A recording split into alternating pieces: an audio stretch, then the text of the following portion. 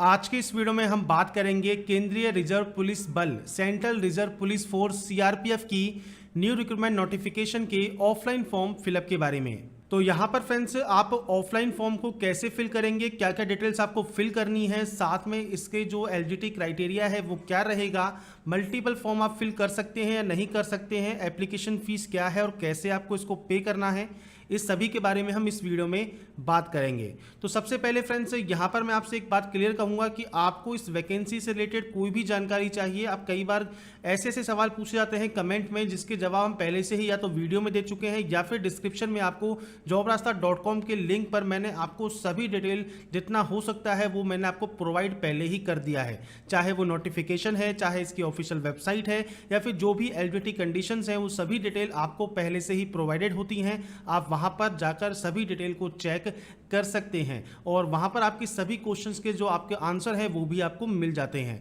अगर आप ये वीडियो नहीं देखते हैं पूरा, वो आपके ऊपर डिपेंड है, आप मत देखिए, कोई दिक्कत नहीं है।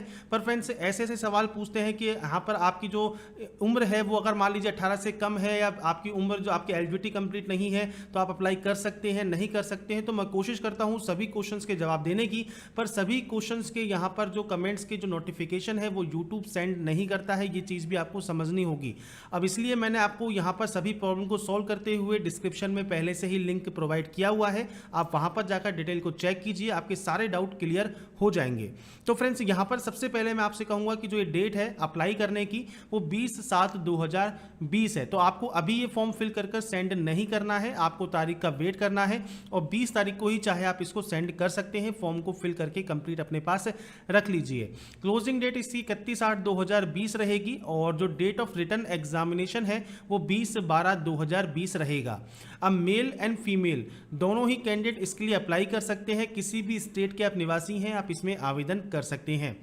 इसके बाद यहाँ पर एक पॉइंट निकल के आता है कि जो ये वैकेंसीज या पोस्ट है ये टेम्परेरी है पर बाद में इनको परमानेंट कर दिया जाएगा। तो यहाँ पर इस चीज़ की आपको टेंशन नहीं लेनी है, आपको बस करना क्या है, आपको ये फॉर्म फिल करना है और दिए गए एड्रेस पर सेंड कर देना है 31/8/2020 तक। अब यहाँ पर फ्रेंड्स सबसे पहले जो एलिजिबिलिटी क्राइटेरिया आपको दिया गया है, आपको जो एज क्राइटेरिया दिया गया है उसको फ्रेंड्स आप ध्यान से पढ़ लें। आप अगर एलिजिबल हैं, अप्लाई करना चाहते हैं जिस भी पोस्ट के लिए, जिस भी वैकेंसी के लिए, आप उसमें आवेदन कर पाएंगे।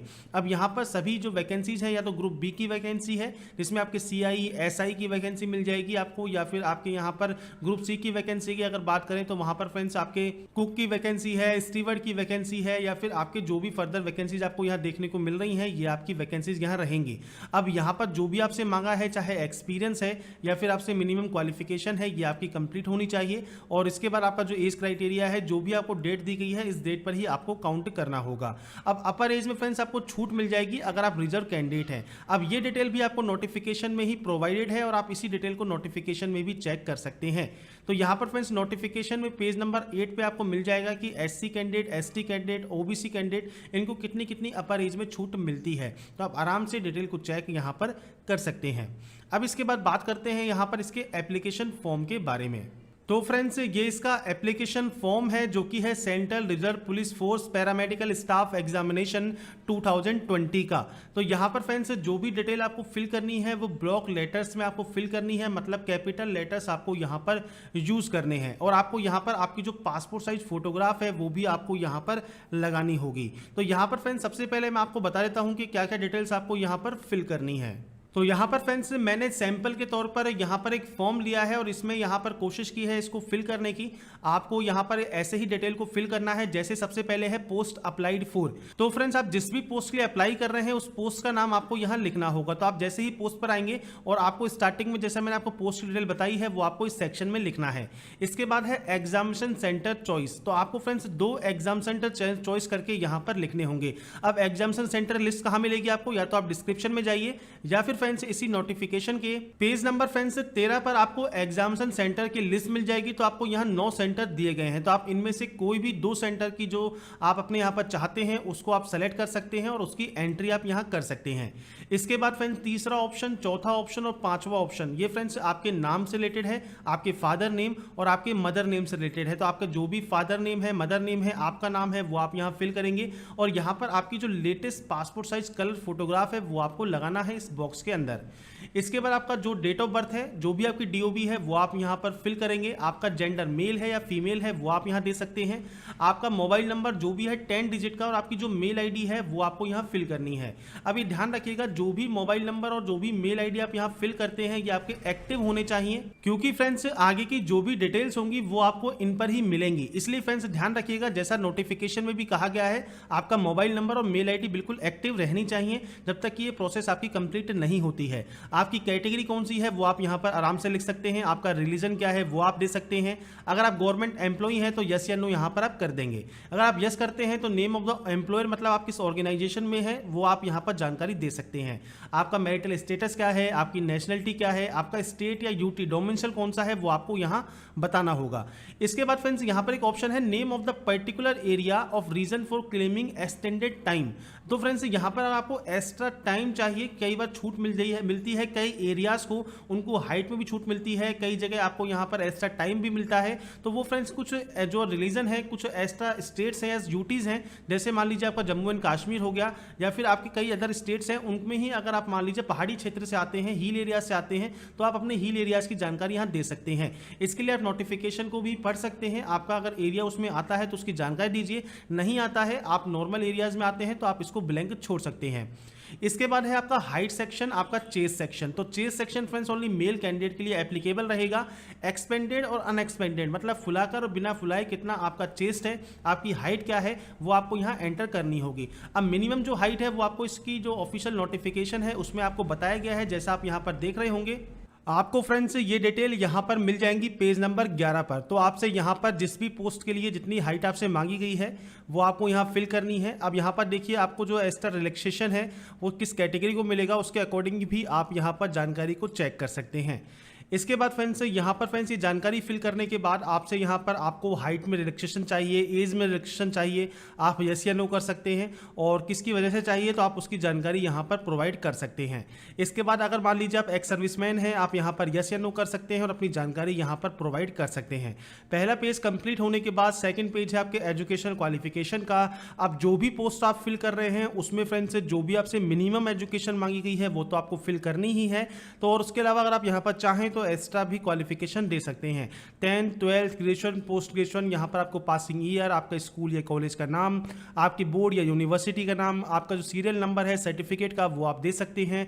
अगर सर्टिफिकेट नहीं है तो मार्कशीट का दे सकते हैं। तो अपनी बेसिक जानकारी आपको फिल करनी होगी और आपको सेल्फ अटेस्टेड कॉपी भी सेंड करनी है। इस चीज़ का भी आपको ध्यान रखना है। अगर आपके पास कोई भी टेक्निकल क्वालिफिकेशन है, किसी में आपसे डिप्लोमा मांगा है या फिर कोई भी आपसे अदर क्वालिफिकेशन मांगी है टेक्निकल, तो उसकी जानकारी आप इस सेक्शन में प्रोवाइड कर सकते हैं और इसकी कॉपी भी आपको सेंड करनी होगी।